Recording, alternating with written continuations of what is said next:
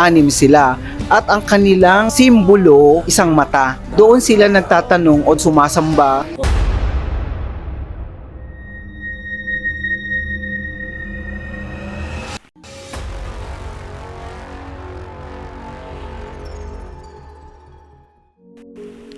Hello po mga ka-PTV, sa video na ito itatalakayin natin ang pagkawala ng langis, panlilin lang ng maling relihiyon at kung paano itong lahat maiiwasan.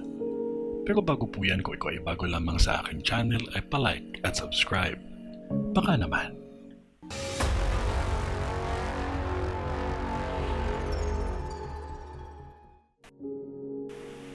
Tatlong prediksyon ang walang takot na binitawan ni Jovi Vargas para sa taong ito. Si Jovi ay isang sikat na psychic na mga artista kasi halos lahat ng kanyang mga prediksyon na ipinalabas ay nagkatotoo talaga.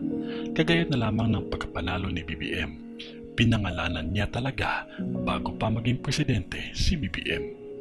Nagkatotoo din ng kanyang prediksyon sa paparating na digmaan sa Israel. At napakadami pang iba. Ngayon naman ay pag-usapan natin ang kanyang prediksyon ngayong taon. Una na dyan ang pagtigil ng supply ng langis sa mundo mula sa Middle East.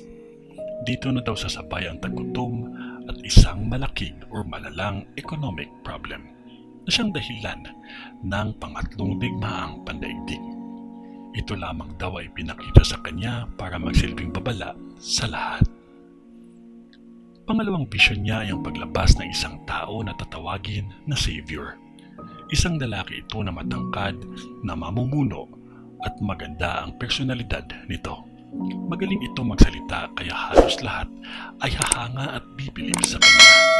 Mayroon itong 6 na alagad na sumasamba sa kanilang simbolo na mata.